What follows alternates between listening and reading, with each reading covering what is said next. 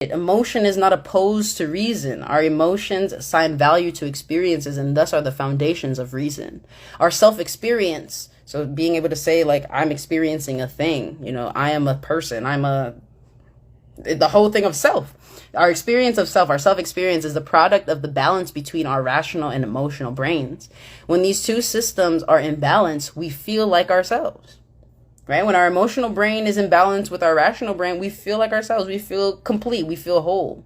However, when our survival is at stake, these systems can function pretty independently. When the alarm bell of the emotional brain keeps signaling that you are in danger, no amount of insight will silence it.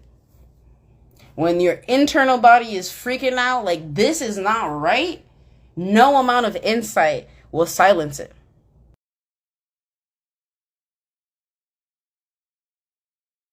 Hello everyone, I learned how to put the title in the thing, so here it is.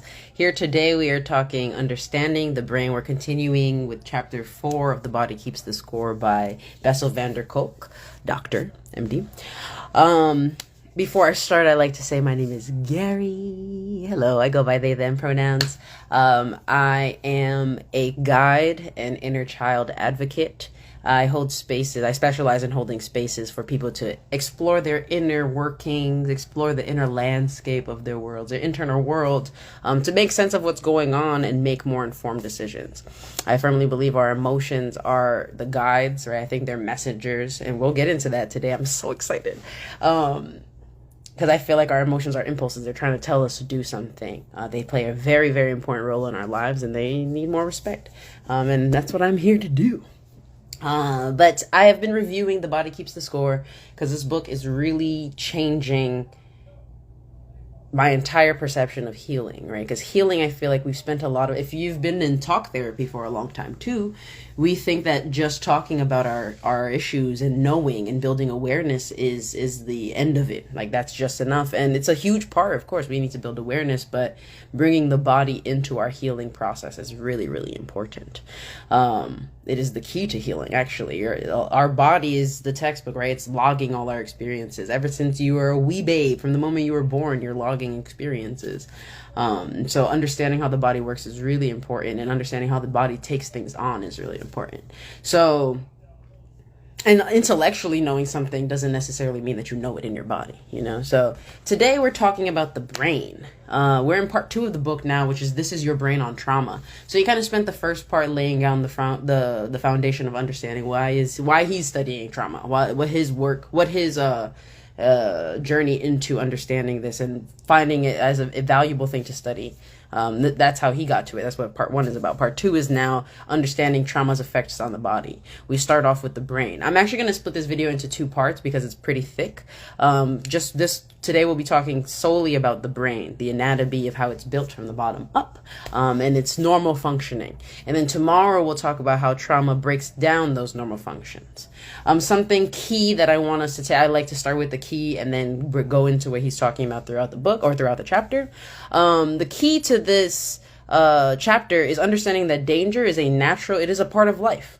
It's part of being a human in a socially constructed world, right? But the beautiful part of that is that our brain is actually built to ensure our survival. Our body, we know that we're built for survival, we say that, but again, in this chapter, we're going to really go into understanding the processes of the brain, what structures inform what they do exactly, so that we can understand that our brains are really built to help us survive.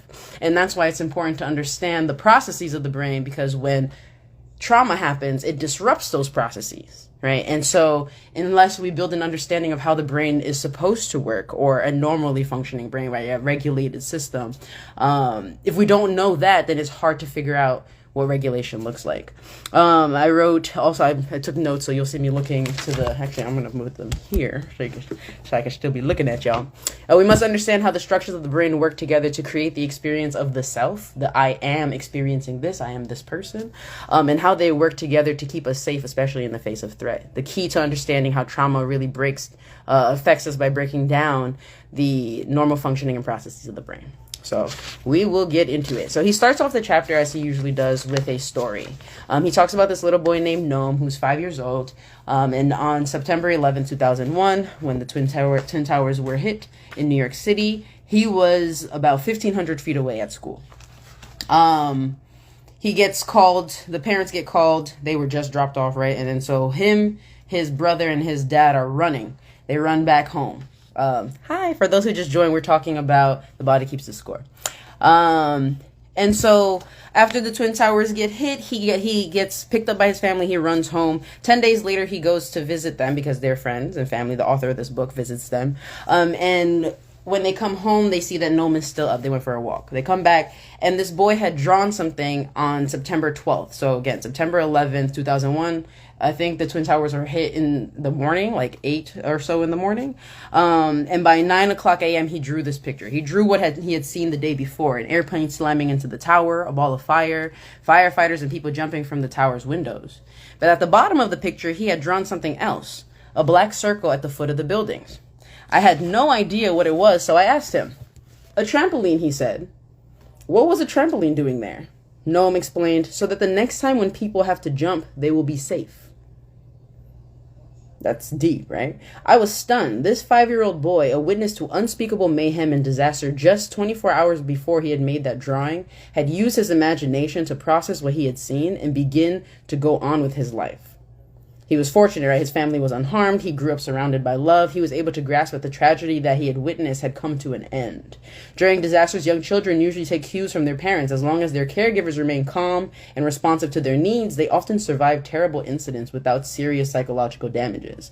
And here he talks about 2 key things that he has seen that are key to the adaptive response that we have to threat, right? So the first thing that's really key to why he was so successful is that he played an active role in his own saving, right? He ran away. He was able to run from the disaster. So being able to do something and then being able to get away is really important when we're experiencing something that's overwhelming. So he was able to do that and thus took an active role to his becoming an agent in his own rescue.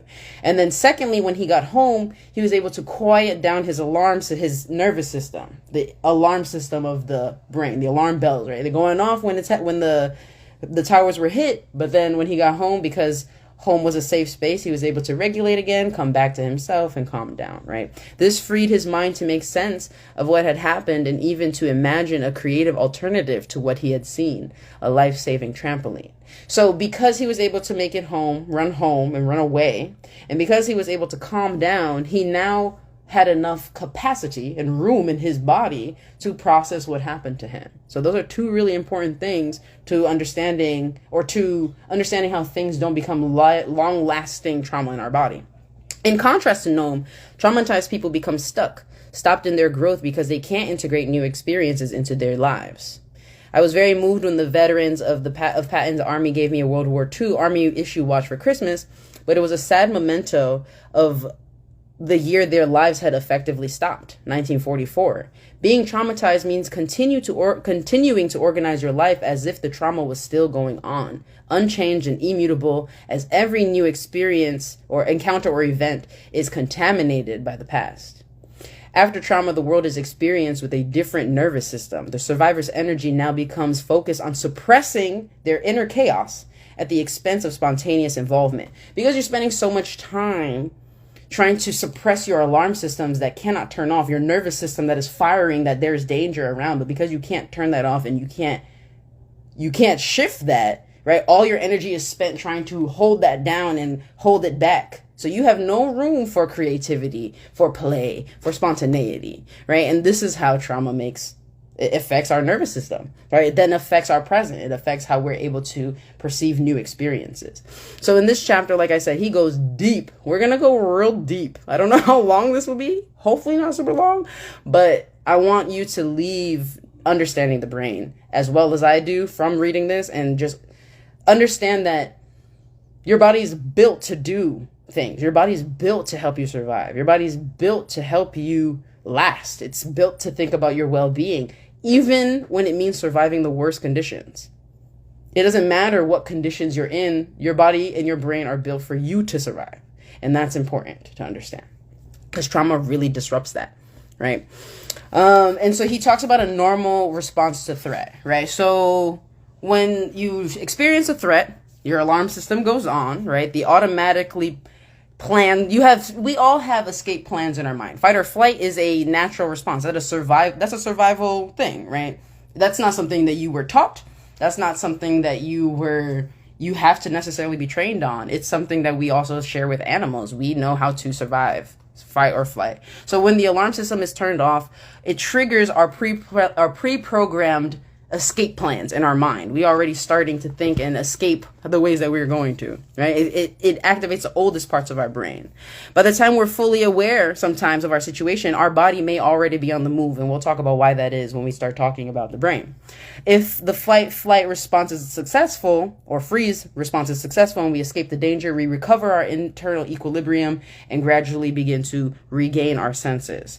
If for some reason the normal response is blocked, for example, when people are held down, trapped, or otherwise prevented from taking effective action, be it in a war zone, a car accident, domestic violence, or rape. I was even going to say when you're a child and you can't escape your parents beating you, right? Or being abusive to you or neglecting you. If you cannot come back to normal after you're activated and you can't come back to normal, the brain keeps secreting stress chemicals and the brain's electrical circuits continue to fire in vain. So that means your body can't, because you haven't been able to alleviate the stress. You couldn't run from it. You couldn't fight it off. You couldn't stop it. Your brain is still stressed. It is responding as though there's danger because there is, but because you can't fulfill and close the loop, it's in vain, right? Long after the actual event has passed, the brain may keep sending signals to the body to escape a threat that no longer exists. Since at least 1889, when French psychologist Pierre Janet published the first scientific account of traumatic stress, it has been recognized that trauma survivors are prone to continue the action, or rather the futile attempt of action, which began when the thing happened. So thinking about if you wake up in the middle of your night screaming and throwing your fists, right? That's you enacting a futile attempt at action, right? Because it's not going to do anything now. We're not in the moment anymore, but your body is still responding to those threats because you never turned off the alarm system. Being able to move and do something to protect oneself is a critical factor in determining whether or not a horrible experience will leave long-lasting scars. Let me say that one more time.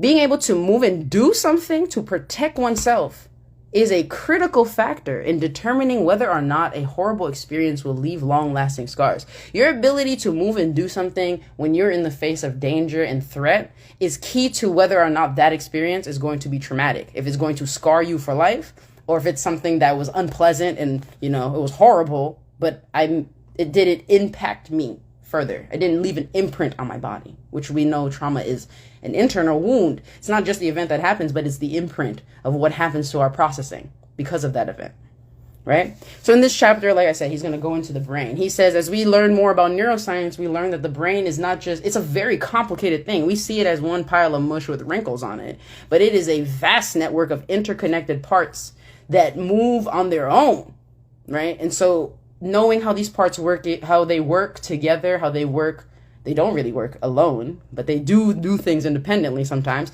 It's important to understand how they work so that we can understand how a normal response works, and then also how trauma affects every single part of us, all the way to our brain. It's not just your body, right? Because if somebody goes like I had this moment when I was young, maybe like, it took me a while to get over this reaction with my mom. If my mom went like this or like some kind of gesture near me, I'd do that. Right? Because she used to hit me, so I was used to that. And so understanding that this is a whole, like if your automatic reaction is that, your body is already prepared to protect you in that way. So it's a conditioned kind of thing, Everything that you do is filtered through your brain. So here we go. Deep dive into the brain, y'all. So the brain is built, so before we get into how the brain is built, the most important job of the brain is what? To ensure our survival. At all costs, right? It does not matter where you are. It does not matter who you are. It does not matter how horrible the situation is.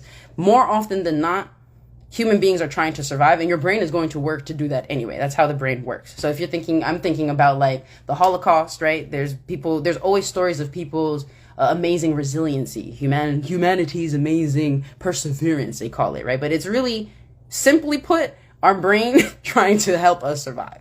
You need to survive to be able to do stuff, to be a part of this world. So your brain is invested in that. Everything else is secondary. Everything else is secondary. All that matters is that we live to fight another day, right? To do another thing. There's a possibility for a different thing if you continue to survive. That's what the brain is kind of thinking, right? So in order for the brain to be able to do that, it has to do 5 things. It has to generate internal signals that let you know something's going on, right? I need something. I need food. I need rest. So your brain does that. It generates internal signals that that compel us to what we need, right? The second thing is it creates a map of the world to point us where to go, right? So if I'm hungry, I'm going to go to the kitchen, right? If I'm tired, I'm going to go to the bed. If I smell bad, I'm going to go to the shower. It creates a map of this is the route to take, right? Number 3, it generates the necessary energy and action to get us there, right? Number 4, it will warn us of dangers and opportunities along the way. So as long with the way while we're walking, we may notice things so we don't trip on the way to the bathroom or pick up something. Oh, I needed to clean this up anyway. You pick it up and put it aside, right? We're paying attention to things around us. And then 5, adjust those actions, our actions based on the requirements of the moment. So say you're going to cook food, but then you notice your roommate has cut themselves and they're bleeding out, right? So now you might be hungry, but you can put that aside and be like, this is a more dire situation. Let me figure this out, right? And you now adjust. This is the natural process of the brain. Psychological, and all of this happens in coordination and collaboration with people because we're humans, right? We're social beings. No matter who you are, you could be alone there, right? You could be Mr. Solo Dolo. Yes, and we are social creatures. It does not matter how you feel about it personally. That is, you're not born in a silo. You're not born in a vacuum. We're born in family units because we are social creatures. We're mammals. Mammals just mean we gather in that way. As well as biological things. But we gather in social groups, and that's how we flourish, and that's how we survive best. That's why babies have parents and families. That's the whole point. We grow up socially. We have to. Psychological problems occur when our internal signals don't work, when our maps don't lead us to where we need to go, when we are too paralyzed to move, when our actions do not correspond with our needs, or when our relationships break down. So every brain structure that we will go over and that he goes over plays an essential role in these functions, and trauma will interfere and can interfere with every single one of them. So we need all these things for the brain to do the 5 things that it needs to do to keep us surviving and moving forward. But at the same time, trauma can disrupt all of these things. So here we go. We're going to get into it now. The brain is built from the bottom up. So we're going to start from the bottom, and then I'll tell you about the 3 parts, and we'll end at the top part. But I will start with saying that the rational brain, which is our neocortex, the cognitive brain, right? The part of us that's concerned with the world outside of us, understanding how things and people work, empathy, figuring out how to accomplish our goals, how we want to show up in the world. What else does he say? Manage our time, plan our actions, right? The higher thinking faculties of our life. That is the rational brain. That is only 30% of the brain. Okay. It is also the youngest part of the brain. So that's just interesting to think about. The whole world, perceiving the world outside of yourself and your place in it and all that planning stuff, 30% of the brain. Everything else is focused on your survival. Everything else is figuring out your physiology, so what your body is going through, right? And your needs, essentially. And those 2 brains are evolutionarily older. They also exist in other animals, all parts of the brain, I think. We'll get into that. So we'll start with the animal brain, the most primitive part of the brain, which is the reptilian brain. This is the part of the brain that is, or this is what children have already online at birth. So when babies are born, right, they're conscious in terms of they're alive, they're online. They're not just like piles of mush that don't do anything. They have impulses and stuff like that. So reptilian brain is responsible for all the things that newborn babies can do.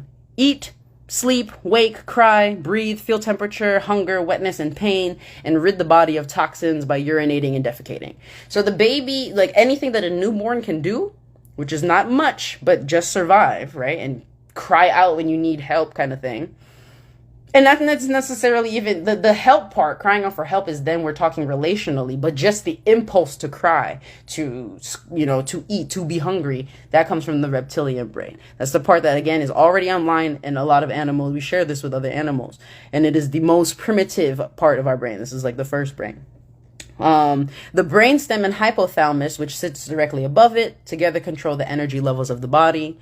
They coordinate the functioning of the heart and the lungs, and also the endocrine and immune system. So making sure everything is going to if you've ever heard of the term homeostasis, which is just a relatively stable internal balance, right? So your breathing is going well, your eating is going well, your sleeping is going well. All the basic life-sustaining activities and systems are intact and are maintained. That is homeostasis. So the hypothalamus and the brainstem work to do that. Also, the reptilian brain is located at where the spinal cord meets the skull. So it's at the base of your head. So if you're thinking about it, it's literally closest to your body, right? So it is right here in the back of your head, right? Eyes on the back of your head. They're probably talking about your reptilian brain, to be honest. And what he notes that I think is fascinating and very important to note, breathing, eating, sleeping, pooping, and peeing are so fundamental that their significance is easily neglected when we're considering the complexities of mind and behavior. However, if your sleep is disturbed or your bowels don't work, or if you always feel hungry, or if being touched makes you want to scream, as is often the case with traumatized children and adults, the entire organism is thrown into disequilibrium. It is amazing how many psychological problems involve difficulties with sleep, appetite, touch, digestion, and arousal. Isn't it? How many people have mental health issues that also have issues in this area? It's very fascinating, right? Because your emotions, we'll get to that. Any effective treatment for trauma has to address these basic housekeeping functions of the brain, of the body. Right above the reptilian brain is the limbic system, right? It's also known as the mammalian brain because all animals that live in groups and nurture their young possess one. So mammals have this brain with us too. Development of this part of the brain happens after birth. This is in relationship with parents. Right? It's the seat of the emotions, the monitor of danger, the judge of what is pleasurable and scary, the arbiter of what is or is not important for survival purposes. It is also a central command post for coping with the challenges of living within our complex social networks. It is shaped in response to experience. So I'm also reading this other book that I'll show y'all. It's called The Power of Attachment by Diane Poole Heller, PhD. And I was fascinated to learn this. So babies are actually born with fatter brains because fat has a potential to develop into new cells, different kinds of cells. So they got a fatty brain and it will develop use dependently. So based on what you need to use, your brain will develop in that way. So if you're in a space and if you're growing up in a space where you can play and you're loved and you're safe, you're able to develop the parts that are about social interaction, right? You get to become specialized in exploration, play, and cooperation, as he says. If you're frightened and unwanted and you're always tense, your brain is going to develop in managing feelings of fear and abandonment. As she was saying in this other book, the fat in our brain, babies are born with fatter brains, right? And so when you're dealing with stress, the fat will develop to defend itself. So you're actually using those cells in that way, right? And then if you are in a different situation where you're more loved and stable, you get to use your brain in a different way. So you're literally developing different structures based on the experiences you're going through. Whatever happens to a baby contributes to the emotional and perceptual map of the world that its developing brain creates, right? Whatever happens to a baby, because we got to be clear. We haven't even started talking about the neocortex, right? Which is the part that's the higher conscious thinking, rational brain. Because that doesn't happen until we're at least 2 years old. Everything prior to age 2, prior to like the age of reasoning, which is what? I feel like by 7, maybe you have a kind of understanding about the world. Hey, Davey. For the first 2 years in particular, everything that you're taking in from your environment, from your parents, if you're in preschool, from your grandparents, your caretakers, everything, it's all just going into the memory banks, into implicit memory. I can't remember when I was 2. But everything that your brain is still developing its map and understanding of the world, right? Which is why it's so important these first 2 years of children and babies' lives to have a stable, secure, loving space for them to grow, where they can explore curiosity, where they can be free, they can express themselves, because you're developing your map of how you see the world implicitly, like deep down, this is how you see the world. It's based on whatever happens to a baby in this space, right?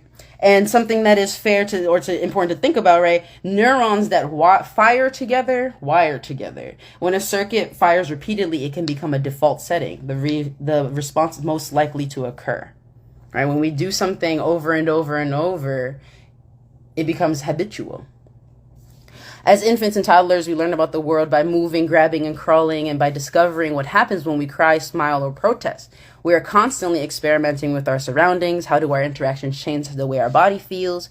These early explorations shape the limbic structures devoted to emotions and memory, but these structures can also be significantly modified by later experiences. So the idea is, yes, you can learn a lot from these structures that you build as a kid, and they will most likely be what you fall back on as an adult. And this is why he talks about, and I think this other woman talks about, the importance of having really strong, loving relationships as a child. Because even when you experience hardship later on, you will come back to that because you have an internal story, an implicit memory. Your first, youngest, freshest memories are of that of being loved, right? And if you don't have that, that's a little different. That's a whole nother conversation. He talks about childhood abuse and how that affects us, or childhood trauma. But at the same time, you can have those really strong structures. But if later on in life, trauma and tragedy happens, they can be affected. They can be. Not always, but they can be modified by later experiences. For better or for worse, right? Because if you didn't have that growing up and then you fall in love, they can grow and develop, right? In a really healthy capacity. But they can also be worsened by, like, assault, right? Being bullied, being neglected. Taken together, he takes the reptilian brain, which is, again, the part that babies are born online with, and the limbic system, which is the emotional seat where we make our decisions about what is pleasurable and what is not. These are like core things to us. Like what you're afraid of and what you find pleasurable is in your body. We have thought about it a lot, right? We got a lot of thoughts about that, but inherently we have impulses. And those two brains together in this book, and I love it too, he calls it the emotional brain, because together they are the heart of the nervous system, and its key task is to look out for your welfare. Okay, something he says toward the end, but I'm going to say it now because it's important. Emotion is not opposed to reason. Okay, a lot of people are like, I'm emotional or I'm logical. No. Our emotions assign value to experiences and thus are the foundation of reason. Our self-experience, I'll just stop there and we'll continue that. So it's actually our emotions. When you feel a thing about a thing, you're assigning a value to that. Like, if you didn't have emotions, you couldn't make decisions. You could not make friends. You couldn't go somewhere or not go somewhere because you wouldn't avoid it. You wouldn't know to avoid it, or you wouldn't know to go near it. We'd be utterly incapable of making decisions. You wouldn't be pulled toward anything. You wouldn't like anything. You wouldn't dislike anything. You wouldn't necessarily even feel hungry, right? Or you wouldn't feel the way about feeling hungry. And you would, it's just, our lives would be very disrupted. So it's actually interesting to think about, and I invite us all to reconsider this idea of emotion and reasoning being opposite, as though our emotions don't build our reasoning. Because of how we feel, it builds our values, and then our values are built off of our emotions, and thus our reasons are built off of our values. So emotions play a key role in this. The emotional brain, like I said, the key task is to look out for your welfare. If it detects danger or special opportunities, such as a promising partner, you see somebody cute, right? Or you see some danger, it's going to alert you by secreting hormones, as he calls it, releasing a squirt of hormones. Gross, but there it is. Because you feel these hormones in your body, right? You'll start to feel a thing in your body. You don't feel the secretion, but you feel the results of the secretion, right? Either it can be a mild queasiness or like the grip of panic in your chest, right? And because those secretions are happening, the hormones are coming, it's supposed to interfere with whatever your brain is currently thinking about and get you moving in a different direction. So if you're sitting down and suddenly you feel, ooh, what is in my belly? Oh, I'm hungry, right? It's supposed to interrupt everything you're doing to be like, okay, let's go get food. That's how it works, right? If we're talking like a general basis, that's how it should work.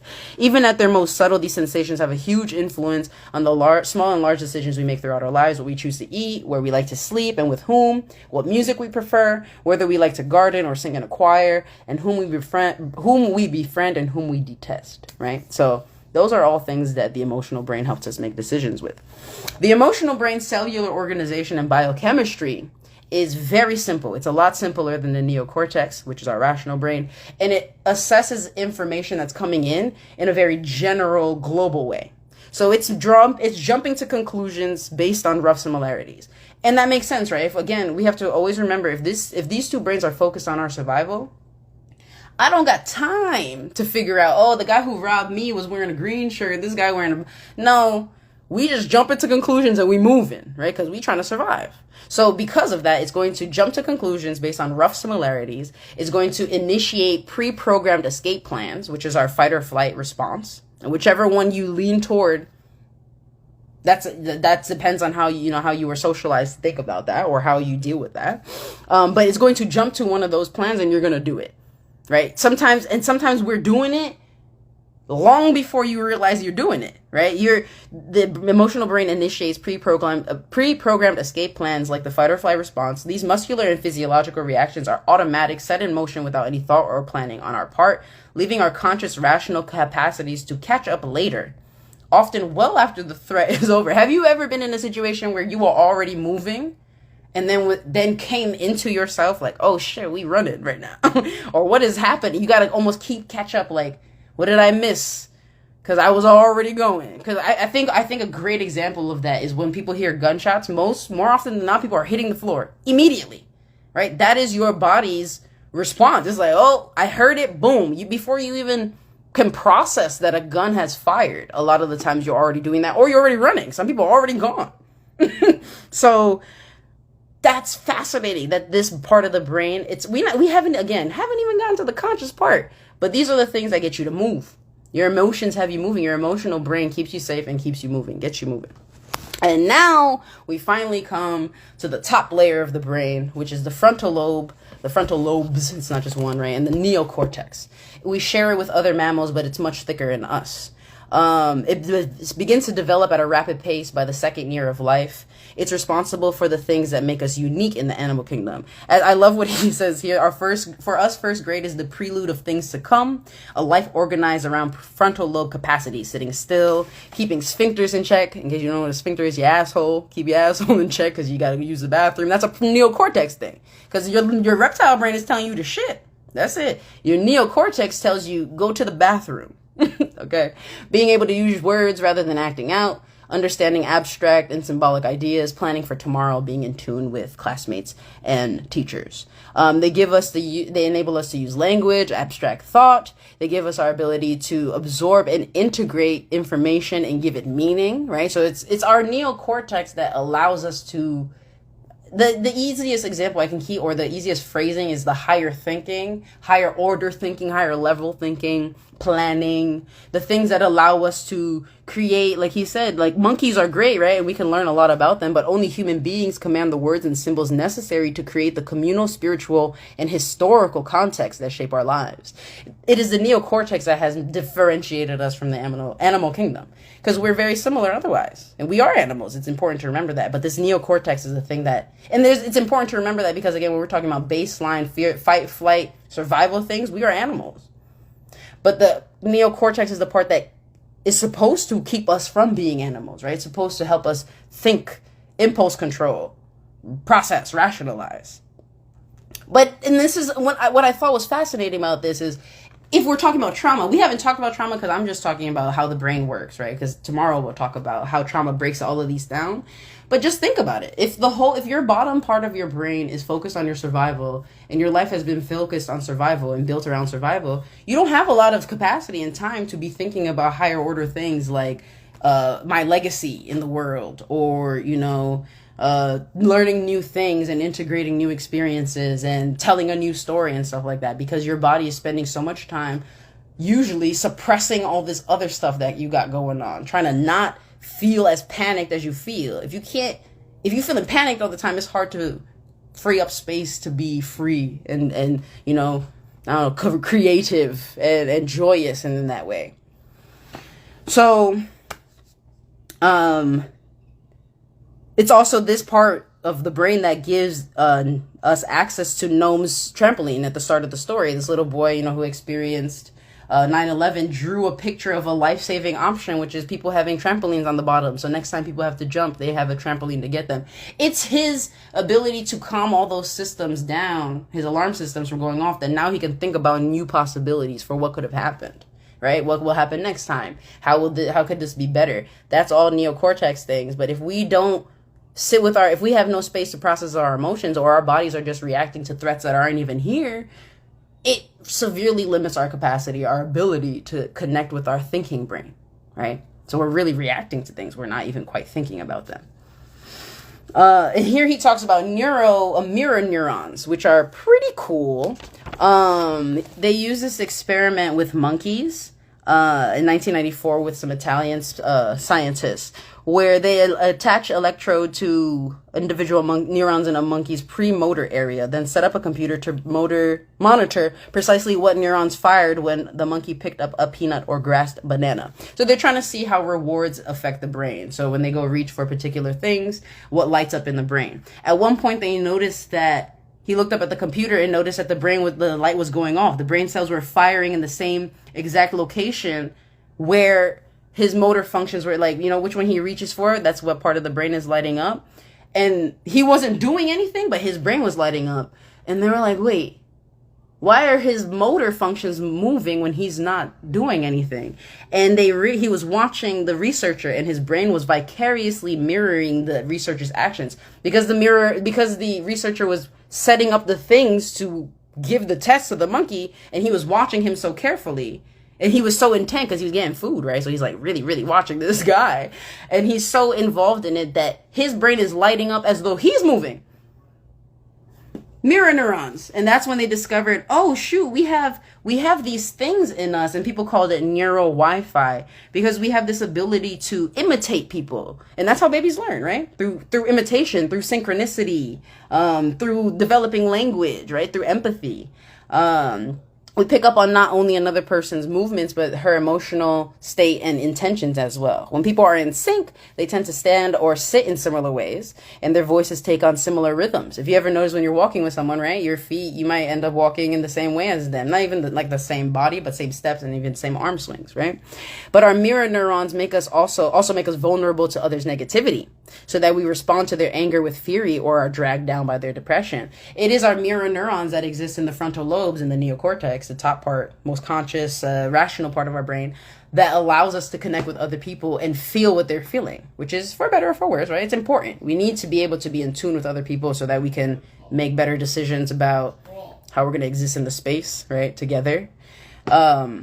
And it's important to have this part working, because you get to, like, especially as a young child, if you're trying to figure out the world, you're learning a lot through mirroring. And he says, I have more to say about mirror neurons later on in the book, and he does, because trauma almost invariably involves not being seen, not being mirrored, and not being taken into account. And when these things don't happen, when we're not seen, when we are not mirrored, so somebody's not looking for us, and we are not taught how to do this mirroring thing, and we're not being considered, it has severe impact on how we are able to connect with other people, which makes sense. That just feels clear, Yeah, the importance of learning to adapt. It's really important for us to be able to adapt so that we can not only like get along with other people, but stay safe, right? Children learn to adapt to different friend groups and different, like when you're here with some people, you act this way. When you're here, you act a different way. You can call it compartmentalizing, but it's also, I think, appropriate behavior. At home, you're not going to necessarily act at school as you do at home.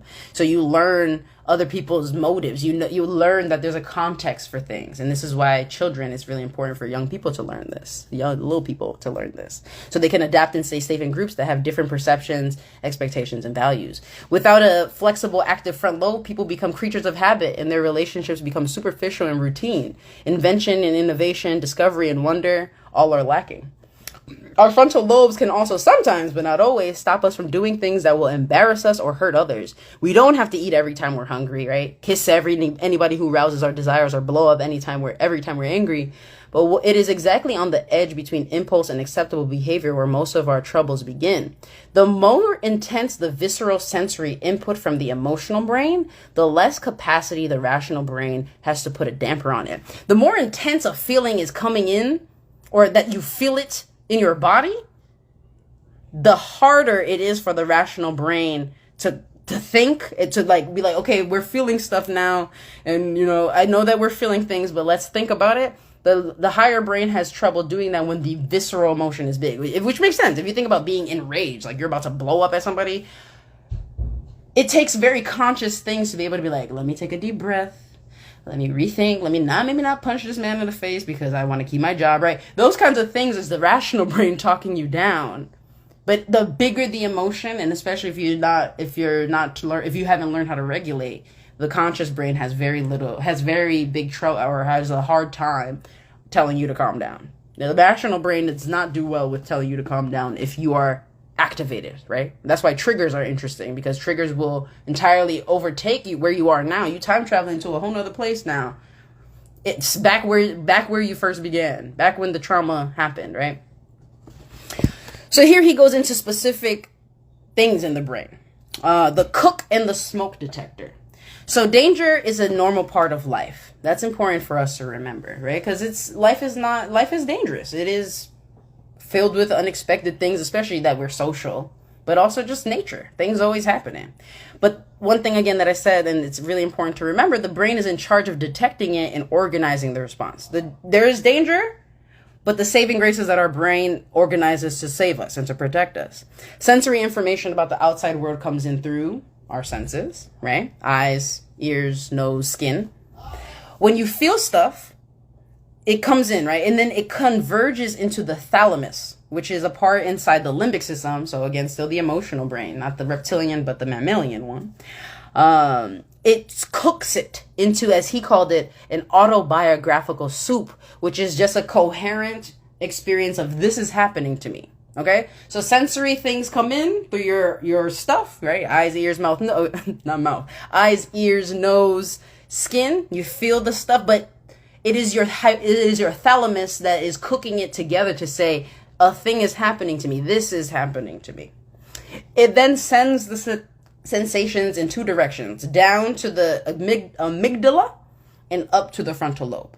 Okay, so the amygdala, I'm gonna post this on YouTube as well, and I'll try to include a little graph. The amygdala, so if we're talking, again, we said limbic brain is located here at the base of the skull where the spinal cord meets where the spinal cord meets the skull, and then the mammalian brain is right on top of that, and then the front thick part, 30% of the brain is the rational brain, the frontal lobe, or neocortex, frontal lobes, yes.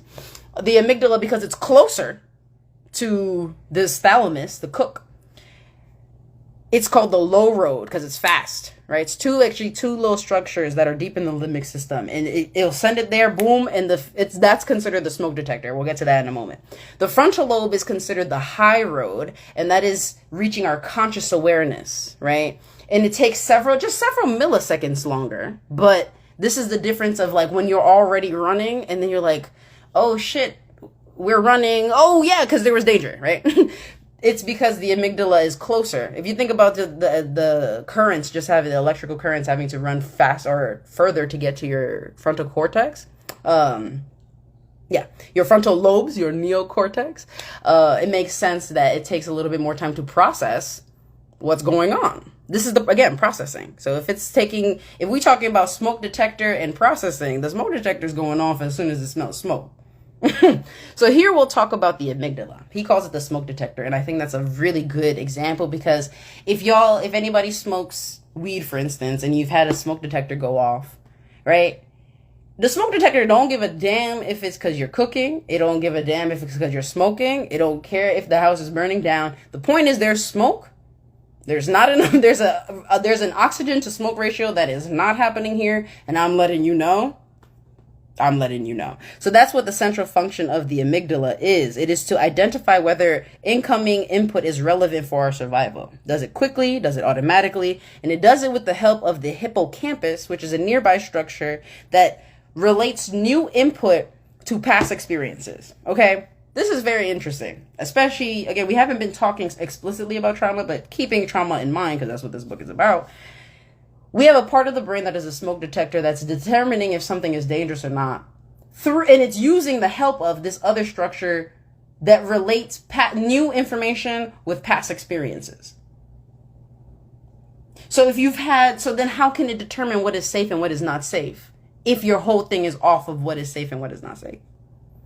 You see, this is why it's so important and I've never heard this kind of stuff talked about when I was in my healing journey, even with all my therapists that were really great. We didn't talk about the brain and how it was impacted through my need to be safe as a kid.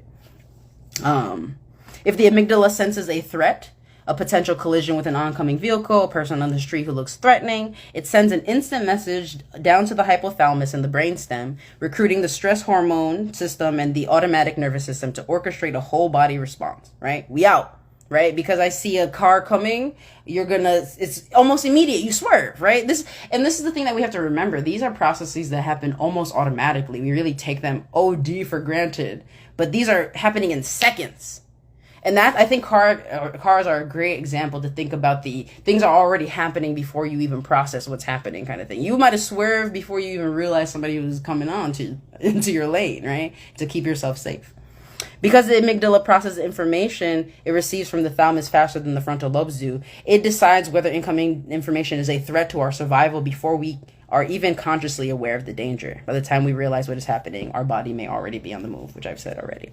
The amygdala's danger signals the trigger of powerful stress hormones, including cortisol and adrenaline, right? It's the release of these hormones that trigger our heart to race, our heart to begin to increase, our heart rate increasing, right? Blood pressure is increasing, your breathing is increasing, because you are preparing to fight or to flight. That's what the amygdala does. When it's like, oh, danger, here's these hormones. Now we're preparing to do a thing, right? Once the danger is past, it turns off, right? We turn off the hormones, we're good, and when the body comes back to normal. But when recovery is blocked, when we're not able to turn down and relax, the body is triggered to defend itself. It stays triggered. It keeps being like, we got to do something. We're trying to fight. Which, if you just think about how that feels, if you're ready to fight or flight, you're agitated. They call it like aroused. We have to be clear when we're talking about the body. It's not always just about sexual arousal, but arousal is like activation, right? Peaking. Right. While the smoke detector is usually pretty good at picking up danger clues, trauma increases the risk of misinterpreting whether a particular situation is dangerous or safe. You can get along with other people only if you can accurately gauge whether their intentions are benign or dangerous. I think that's really, really powerful, right? You can only get along with people only if you can accurately gauge whether their intentions are benign or dangerous. Even a slight misreading can lead to painful misunderstandings in relationships at home and at work. Functioning effectively in a complex work environment or a household filled with rambunctious kids requires the ability to quickly assess how people are feeling and continuously adjusting your behavior accordingly. Faulty alarm systems lead to blow-ups or shutdowns in response to innocuous comments or facial expressions. Innocuous meaning harmless. So when our alarm systems are off, we're responding to things inappropriately, right? Like if you're screaming at your kid, it is a dysregulated response because you're looking at your kid as a threat. Because why else would you need to big up on them? So interesting how the amygdala, how when your smoke detector is off, you may be overreacting to things or underreacting to things. If your smoke detector don't work, that means you're in very dangerous, high risk situations and not feeling stress at all. That's also faulty, because we're talking about there's overactive, but how about also underactive? We got to think about that too. So controlling the stress response comes from the watchtower. Remember when the sensations that you take in from the outside world come in, they go into the thalamus, they go down to the amygdala, the low road, which is fast, automatic responses. And then it also gets sent up to the frontal lobes, which takes just several milliseconds longer, but it's considered the high road and it takes a little bit longer. Because it's this part that is the watchtower, as he calls it, is located above the eyes. It's like, where is it? Yeah, it's like, I can't point inside my head. I'll show y'all the little picture, right? It's there in the brain. And what he's talking about specifically in the frontal lobe is the medial prefrontal cortex, the MPFC. This is considered, he said, if you think of the amygdala as a smoke detector, then this part of the brain would be the watchtower, offering a higher view of what's going on, right? And I love this. Is that smoke you smell the sign of your house burning down and now you gotta run? Or is it the steak that you're cooking that's making smoke? Right? Because you put it over too high a flame. It is this part of the brain that differentiates between what the sensations that are coming in, right? So you smell smoke. If you're super triggered by that, right, and super activated, your body may be already running before you know what's going on. But sometimes maybe mid-run, your brain is like, oh, I was cooking. And it's that part of the brain that's able to, okay, let's consider and make a different decision. It's the judgment. It makes a different judgment. The amygdala does no such thing. It don't give a damn about if it's a steak or if the house is burning down. I smell smoke. We fighting and flighting. That's it. That's the amygdala's job. And it is the MPFC, medial prefrontal cortex's job to be like, okay, let's think about this though.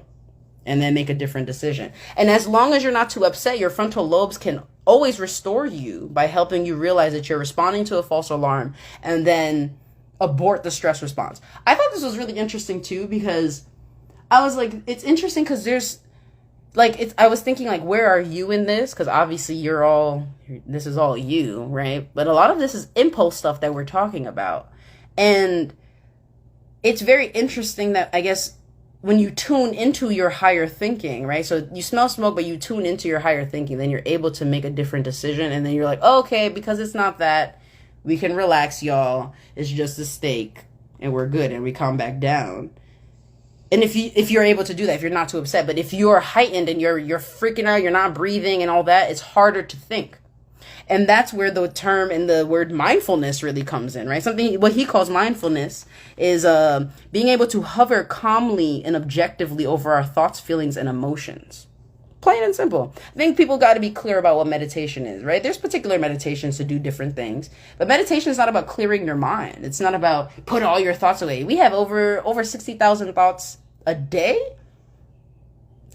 There's no way you're not going to be thinking, right? But mindfulness is about, like he said, hovering calmly and objectively over your thoughts and just observing. And then from there, being able to take our time to respond. And then, right, to allows the executive brain to inhibit, organize, and modulate the hardwired automatic reactions pre-programmed into the emotional brain. So your emotional brain might be telling you to run, but your rational brain will be like, calm down, bro. We don't got to run anywhere. We're good. Right. And that comes from mindfulness, too, from being able to observe yourself and then make a informed, conscious action after that. And these things are crucial. Like, we're talking about basic survival, but that in particular is really important for preserving the relationships between people. Right. We have to be able to observe ourselves, see how we're feeling, our thoughts, what's going on, and then also make choices that reflect our thinking and reflect other people. It's a whole lot being alive, right?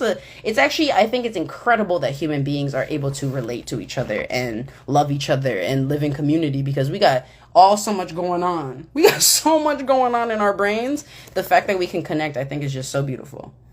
But when the system breaks down, right? So when our frontal lobes are not working properly, and as long as our frontal lobes are working properly, we're unlikely to lose our temper every time a waiter is late with our order or an insurance company agent puts us on hold. Our watchtower also tells us that other people's angers and threats are a function of their emotional state. So exactly. Thank you, Tia. Mindfulness is key in all relationships, because you need to be able to observe yourself calmly, objectively, and then be able to bring that knowledge to do something with that if you so choose. When that system breaks down, we become like conditioned animals. The moment we detect danger, we automatically go into fight or flight mode. In PTSD, the critical balance between the amygdala, which is the smoke detector, and the MPFC, the medial prefrontal cortex, is the watchtower, shifts radically, which makes it harder to control impulses and emotions. They've shown us that, or neural images, so looking at the brain, has shown that highly emotional states reveal that intense fear, sadness, and anger all increase the activation of these parts of our brain that deal with emotion and reduce the activity in the frontal lobe. So when we feel really intensely, our limbic brain, the emotional brain, it's active in the emotions we're feeling. We're in the impulses of stuff. And the frontal brain is not really thinking as clearly.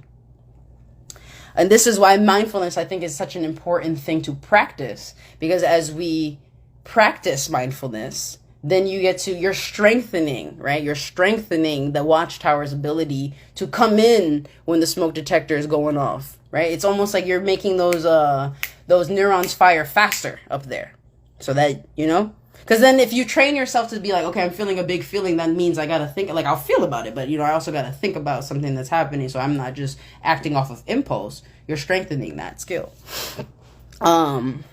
What else? Effectively dealing with stress depends on achieving a balance between the smoke detector and watchtower. If you want to manage your emotions better, your brain gives you two options. You can regulate them top down or bottom up. So here are some things he's going to get into it in part 5 more specifically. Top down regulation of your brain looks like going for activating or engaging the watchtower, strengthening the capacity of the watchtower. So engaging your prefrontal cortex, your medial prefrontal cortex, through mindfulness practice, right? Yoga, that helps a lot, because you're this objective observing is very important. Bottom up is recalibrating the smoke system, the smoke alarm, the smoke detector. That is by breath, movement, touch. So you're starting with the bottom brain, the lower brain, your body. You're bringing the body into it so that you can then bring it, like, I'm here, I'm present now, right? Doing something that makes you in your body. Then you can start thinking about, okay, so this is then, that was then. This is now, that was then. That kind of thing. And what's I think is really cool is that breathing actually is both conscious and unconscious. So I think breathing is actually very key, and we take it super for granted. But breathing is key to regulation of, like, keeping your brains in connection. Keeping your emotional brain in connection with your rational brain is important to breathe. We have to remember to breathe. Because this is something that's also interesting. If you start hyperventilating, your heart rate will change, right? And if you take a deep breath, and you take more deep breaths, you'll slow your heart rate. So breath is really important. And here's where we'll end for the day. Tomorrow, like I said, we'll talk about brain on trauma, right? What it looks like when trauma comes in and disrupts all these functions we just talked about. But I wanted us to be clear about how the brain moves, right? And this is where he said that thing, and I'll repeat it. Emotion is not opposed to reason. Our emotions assign value to experiences and thus are the foundations of reason. Our self-experience, so being able to say, like, I'm experiencing a thing, I am a person, the whole thing of self. Our experience of self, our self-experience, is the product of the balance between our rational and emotional brains. When these two systems are in balance, we feel like ourselves, right? When our emotional brain is in balance with our rational brain, we feel like ourselves. We feel complete. We feel whole. However, when our survival is at stake, these systems can function pretty independently. All of a sudden, they do separate things. Say if you're driving along, chatting with a friend, and a truck suddenly looms in the corner of your eye, you instantly stop talking, slam on the brakes, and turn your steering wheel to get out of harm's way. If your instinctive actions have saved you from a collision, you may resume where you left off. Whether you are able to do so depends largely on how quickly your visceral reactions subside to the threat. Right? And this is why I think emotions are crucial. And I think so much of my work is around understanding emotions. We have been really misguided. It's not our emotions that even give us problems. A lot of the time it's our reactions to our emotions, not knowing how to hold them, how to experience them, that gives us the most pain and struggle and trouble in life. Because we're over here reacting to our feelings, not trying to listen to what the feeling is trying to tell you to do, right? The person felt stressed and nervous because there was a threat coming. They averted and they came back.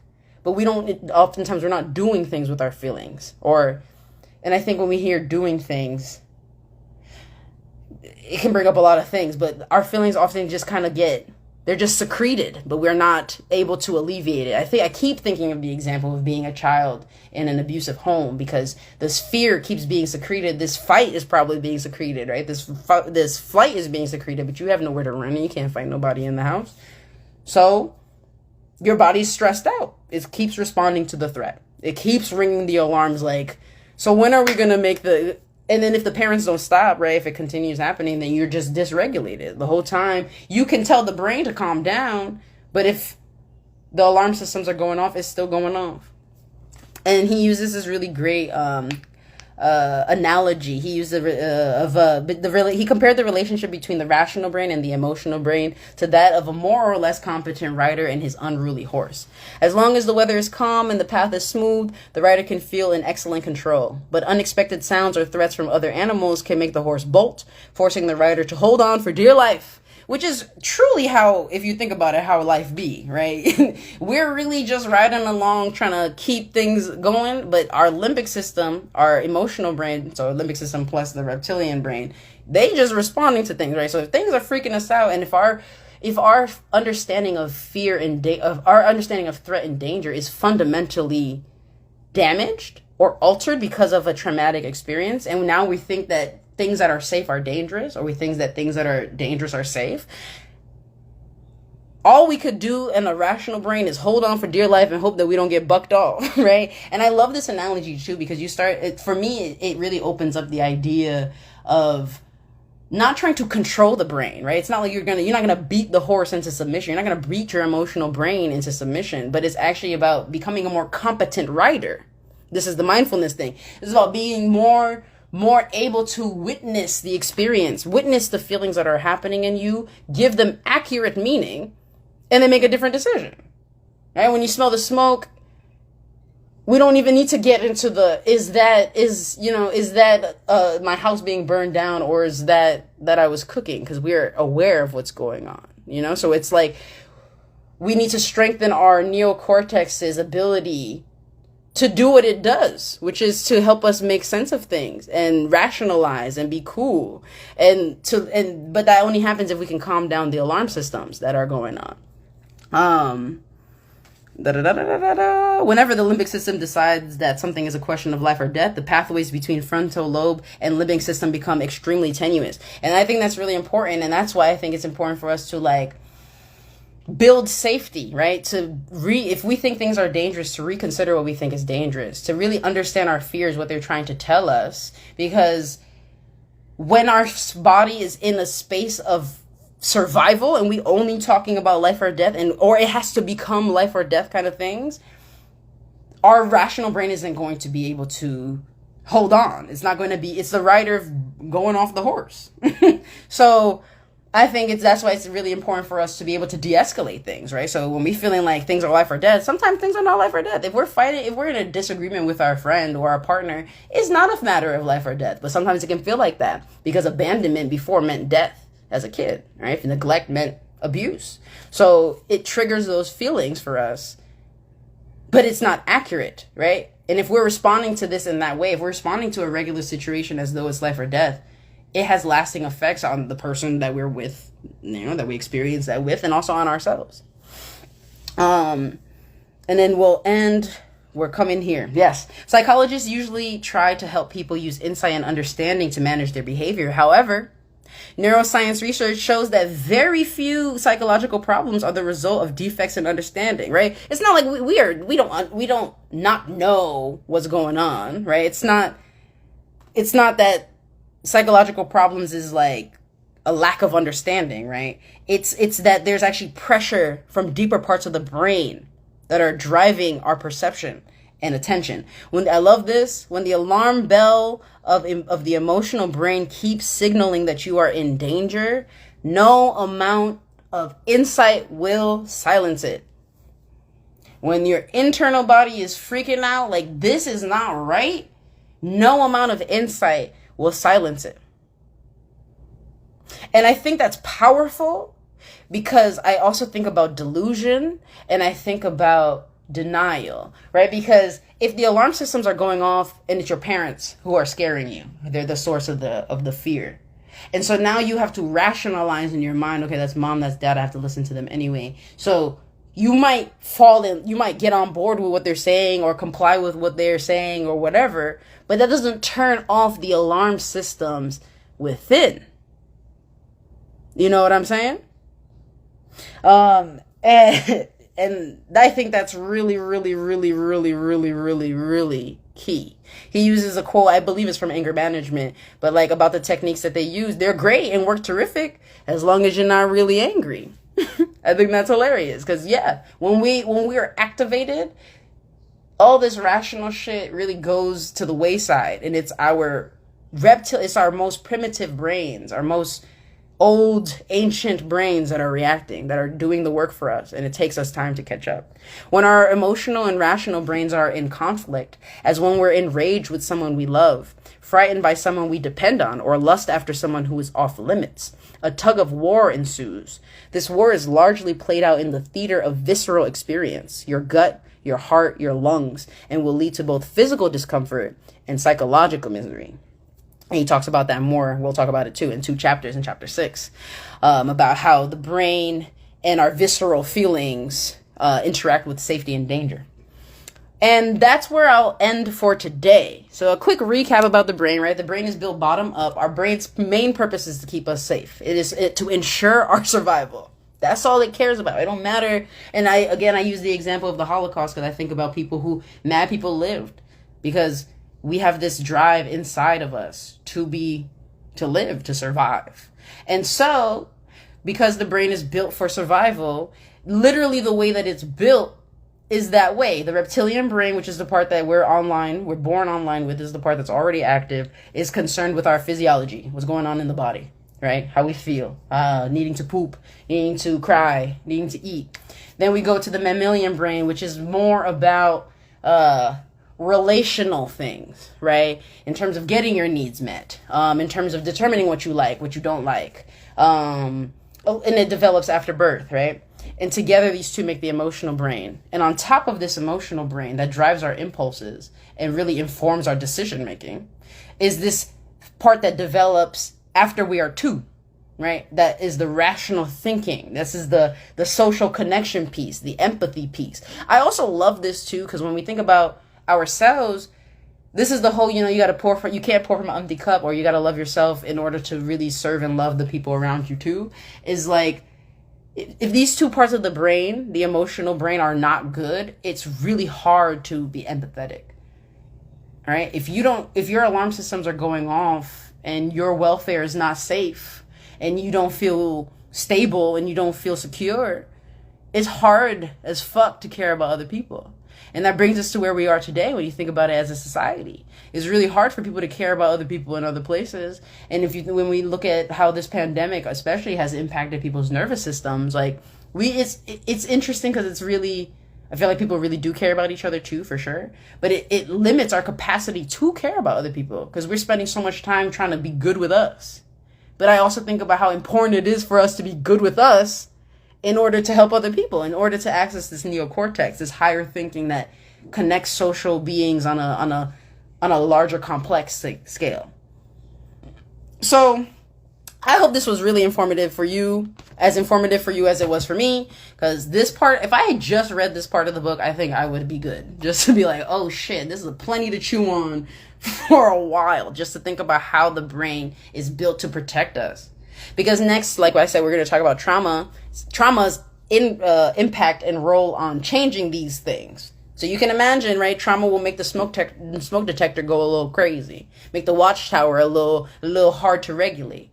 So, yeah, I think if anything, the really, like, if you want the technical pieces of it, you got them. But really, it's so beautiful and incredible to me that, yes, the world is dangerous, but we are built to survive. We are built to take care of ourselves. And it's so important for us to reconsider our relationship with emotions. Really consider what is an emotion. Emotion comes from Latin meaning emovere, or emovere, which means to move out of. Something moving out of you, to tell you to move out of something. So, yeah. That's where we'll end for the day. Thank you so much for coming through on this lovely Monday evening. I'm not sure what time I will be doing this tomorrow. I think I like the evening time. It's actually pretty cool. But yeah, thank y'all so much. Bye. Actually, hold on. No bye. Let me see if I wanted to think of something to keep us. So I'm actually curious. Are you aware of any of your pre-programmed escape plans or routes and stuff? How does your body respond to stress? Like, could you identify your automatic nervous system's response to? So imagine you're smelling smoke. What is your response? What is your pre-programmed escape route? You can share. I'm going to post that as the thing, and then also as a caption, so you can share your answer below that, or just something for you to consider. Just think about what your body's natural fight and flight response is. Is it one or the other? Is it both? When is it what? And that's what I would love for you to consider. So, thank you. Have a great night.